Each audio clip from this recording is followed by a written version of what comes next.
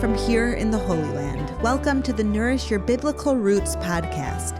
I'm your host, Yael Eckstein, President and CEO of the International Fellowship of Christians and Jews. Each week, we'll explore the Jewish roots of your Christian faith and nourish those roots with inspirational insights and ancient teachings that are so relevant to our lives today. Let's get started.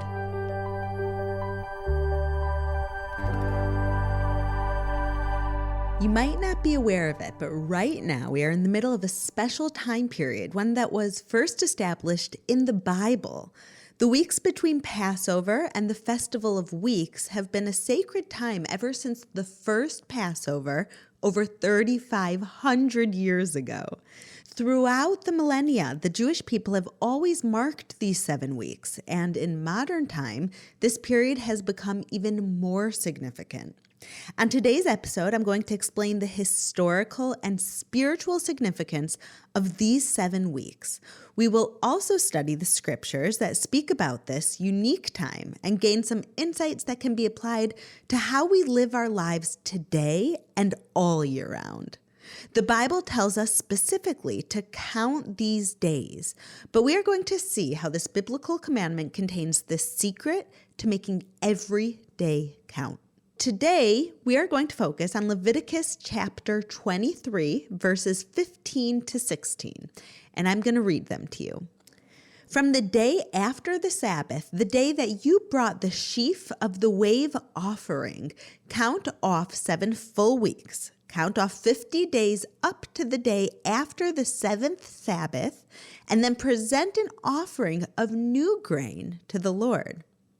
These verses appear in the Bible in the section following the commandment to observe the Passover. When the verse tells us to count 7 weeks from the day after the Sabbath, it's referring to the day after Passover.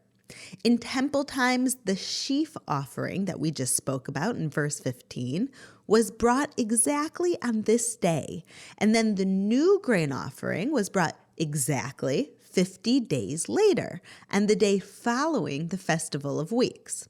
This verse directs us to count the 50 days. That's where we get it from, which spans 7 weeks, exactly between Passover and the Festival of Weeks. So now in Hebrew, the sheaf offering that marks the beginning of the counting is called the Omer. So these 50 days, we call it Sfirat HaOmer, which literally means counting the Omer. The Jewish sages explained that the origin of this counting actually goes back to the very first Passover.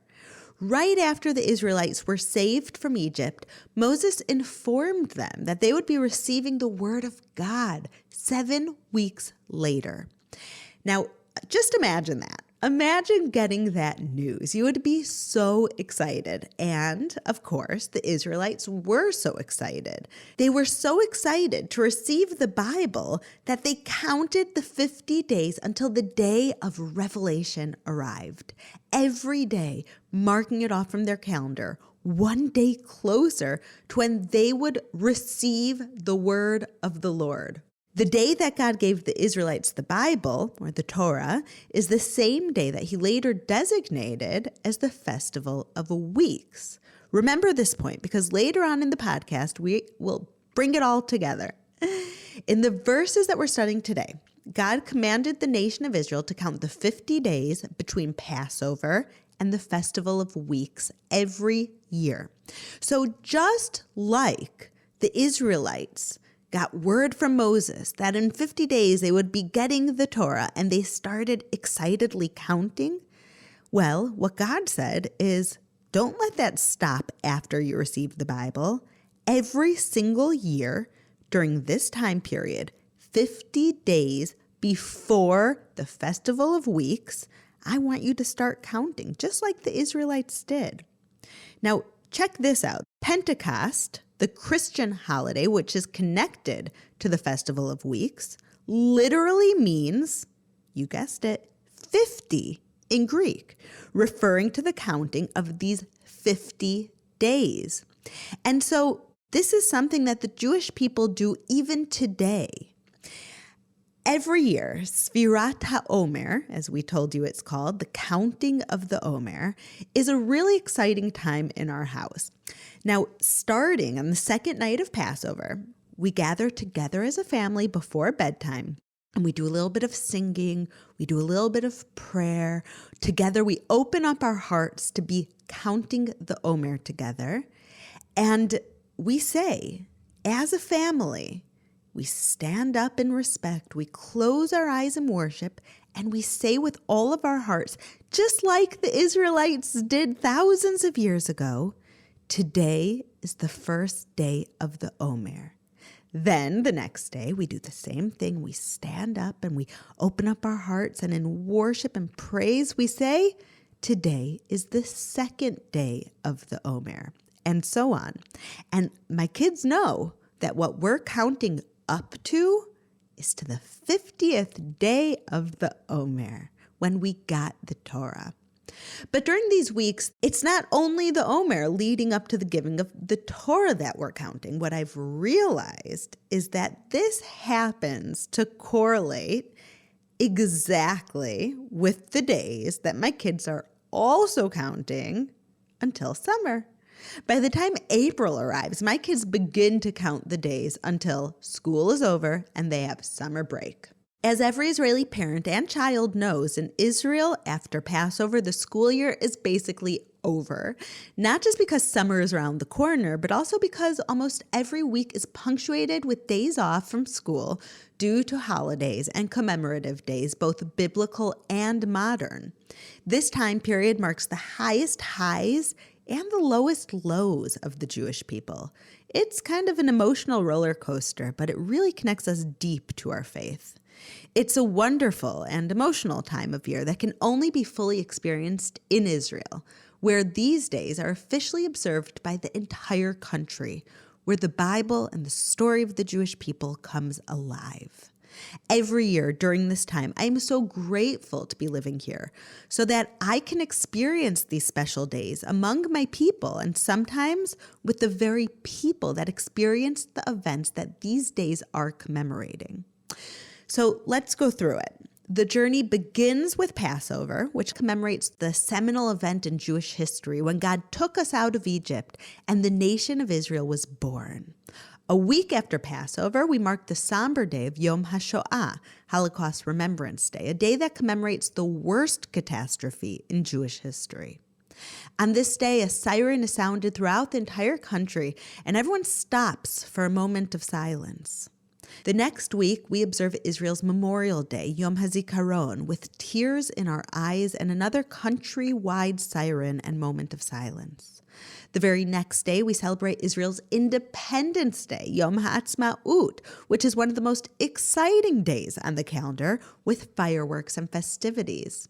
After that comes a holiday called Lag BaOmer, which marks the 33rd day of counting the Omer, and is a day that celebrates the end of a plague that once claimed 24,000 Jewish Bible scholars in the Holy Land.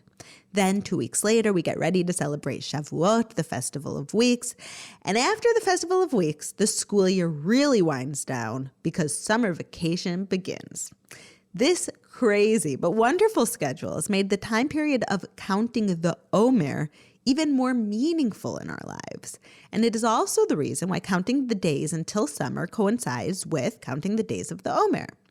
However, there's one really big difference that I've identified in counting the Omer and counting the days until summer. What I see is that my children count down the days until summer, but the Jewish people count up the days until the Festival of Weeks, starting with day number 1 and ending with day number 50. The Jewish sages explained that when we count down the days to an anticipated event, it increases our value of the coming day, but it decreases the value of all the days in between. If day 10 is just a day that I have to make it through in order to get to day 25, then I've robbed day 10 of all of its intrinsic value. How many days do we waste by mistaking them for mere stepping stones towards another day without appreciating the blessing of that very day? When we count down the days to an anticipated event, we can mistakenly relate to those days as obstacles in our way, something we just want to get through, not to make meaningful.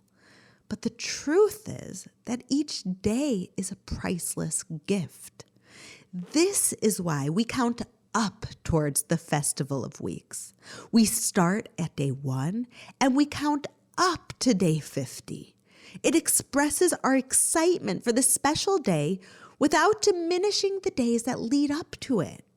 In fact, these 50 days are considered especially important days. Remember when I told you to keep in mind that the Festival of Weeks takes place on the anniversary of God's revelation on Mount Sinai?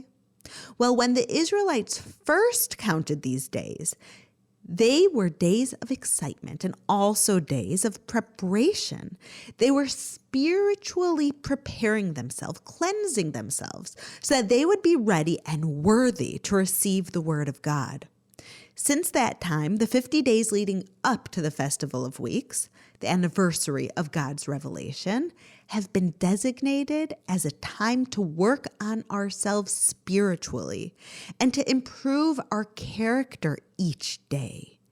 Every day that we count the Omer, we should remember that we want to improve ourselves. And so when we come back the next day to count, we should see how much we've grown. Instead of seeing the days leading up to the Festival of Weeks as mere stepping stones, we transform them into building blocks, building ourselves up a little bit more each day. By the time we get to 50, we stand taller and stronger than we ever have before.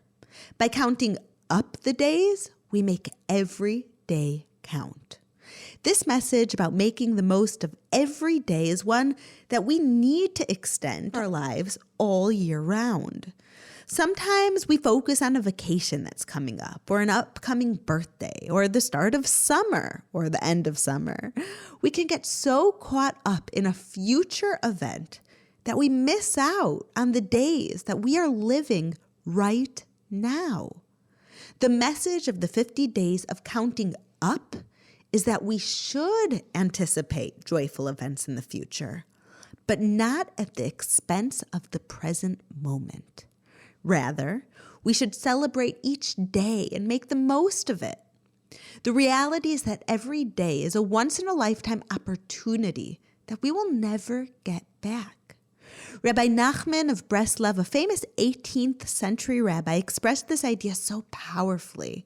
He said, "In this world, a person has only the very day and the very moment in which he finds himself." Because what he's saying, in other words, is that today is an entire world unto itself. Tomorrow it will be gone, and another one will take its place. The fact that it doesn't last should inspire us to make the most of it while it is here. I had a wake-up call like this. I had to travel down to Israel's most southern city, Eilat, which sits on a beautiful and biblical Red Sea where the Bible comes alive mixed with the modern, beautiful Israel. So I decided to take my family with me so that we could enjoy the city together and make some good memories. Now, we've been doing this for years because it's an annual trip that I have to take for work for Eilat. And so every year we sit and we have such a good time. At night when I get back from work, the family sits around the pool and we have dinner and we go together to breakfast. And it's so special to have that family time. And in my head, I realized that this is a given. I enjoy our family time on our annual trips to Eilat. But as I was sitting around with my family, with my kids, with my husband, and we were laughing and we were playing card games and we were having such a good time together, suddenly it hit me. My eldest daughter will have to go to the Israeli army. That's it. She's not going to be part of our annual family trips. And 2 years later, my second-born will follow her to the army. In Israel, army service is mandatory or some kind of national service in order to give back to the country. So when every kid finishes high school, for the next 3 years, he is dedicating his time to the service of the country. I knew that this day would come, But when our children are small, it feels like they'll be that way forever. Do you know what I mean? Even when they start getting older, it's hard to believe that they're really going to be gone one day from my house, 24 hours under my roof where I could feed them and take care of them and put them to sleep and wake up with them. Somehow, it just feels like this is going to last forever. Do you know what I mean? We look forward, on one hand, to when our children will be old enough to feed themselves when they're babies without making a mess on their clothing or on the kitchen floor or all over their face. And we anticipate the day where they're going to be more independent and we'll have a few minutes to ourselves again.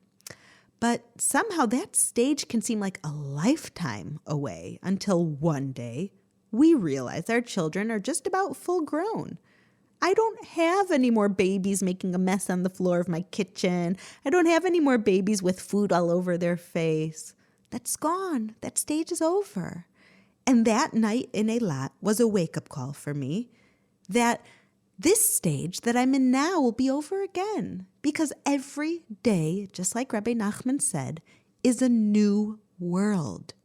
It reminded me that I need to make the most of every day, every second that I have with all of my children because it won't last forever.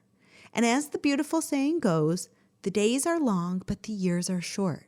Every day of our lives holds unique blessings, but it is up to us to recognize them and make the most of them. What are the blessings in your life right now? Who are the people that you are blessed to have in your life right now? What talents and resources are available to you at this stage in your life? What blessings can you enjoy today? Maybe the weather is nice outside. Maybe you have a beautiful view from your home. Maybe you have something delicious to eat and drink. What God wants us to see is that every second is a gift and to simply open our eyes to them. Because God showers us with blessings every day.